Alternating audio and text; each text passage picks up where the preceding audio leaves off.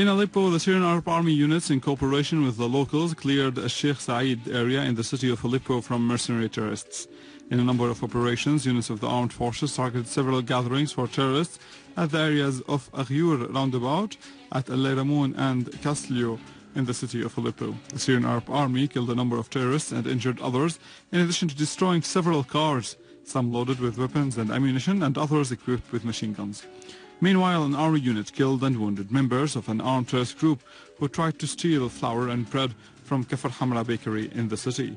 Earlier, the Syrian Arab Army units killed a number of terrorists in Afrin garages and destroyed 5 of their vehicles with their arms and ammunition.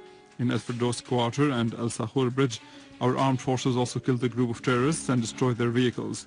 A unit of the Syrian Arab Army clashed with a terrorist group and killed several of them, including one who carried an RPG launcher. In Idlib countryside, the Syrian Arab Army units continued pursuing the armed terrorist groups in the villages. The Syrian Arab Army units are pursuing terrorists in Salat al-Zuhur village, adding that the engineering units dismantled an explosive device planted by armed terrorist groups on Salat al-Zuhur Frecha Shugul Road. In Homs countryside, a unit of our armed forces destroyed a gathering of terrorists near the village of Maran el-Fawra. The operation also included in the destruction of several pickup vehicles carrying machine guns and the death of many terrorists. In Deir ez-Zor, the Syrian Arab Army units targeted a terrorist group in Al-Sheikh Yassin neighborhood, killing a number of terrorists and destroying a vehicle equipped with a machine gun. The terrorist Yasser al-Ahnizi, of Saudi nationality, was killed in the operation. Another unit of the armed forces destroyed weapons warehouse in Al-Hamidiyya area in the city, killing all the terrorists inside it. Bara Muhammad Suhrij, a construction worker in Aleppo, told how terrorist groups forced him to join them before he was able to escape. He saw their crimes with his own eyes.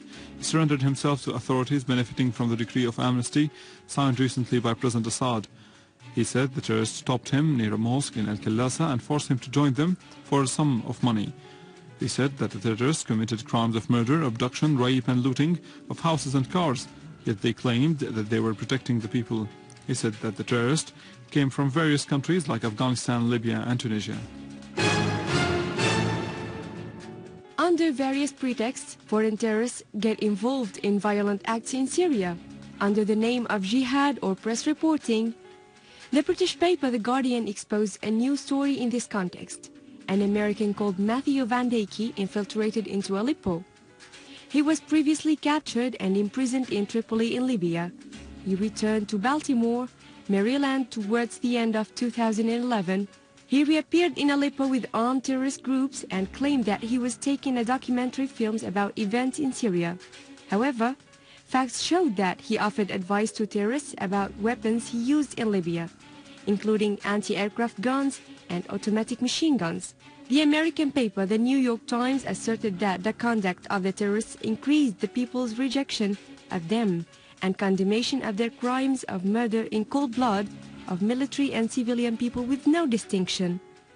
This rejection is expected to reduce their ability to shed blood. The US Wall Street Journal revealed that Jordan has stepped up its support to the armed terrorist groups in Syria, including allowing the transfer of Saudi and Qatari-funded arms across the borders with Syria, according to members of these terrorist groups and an Arab official familiar with the operations. Dozens of their shipments have been smuggled into Syria with the covert support of Jordanian border officials, according to gunmen based along the Syrian border line and a person involved in the arms procurement for the terrorists, the article said. Saudi Arabia and Qatar pay for these arms and transport them to Jordan.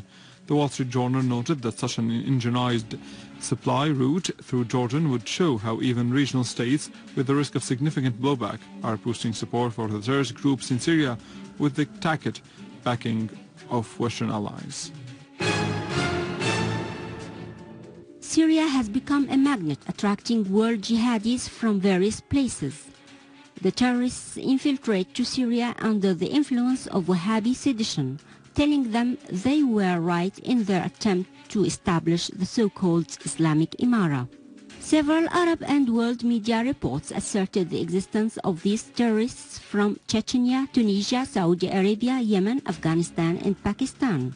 who were crushed by the Syrian Arab Army units in Aleppo. The last comers were these two people from Azerbaijan, Zair Slamov and Ismailov Nayak Muhammad, who committed murder in cold blood. The terrorist Wahhabis intended to destroy Syria, the country of great civilization, and to turn it into a lawless place ruled by brutal force, supported by the West and the Wahhabi Gulf Sheikhs who supplied them with money and weapons.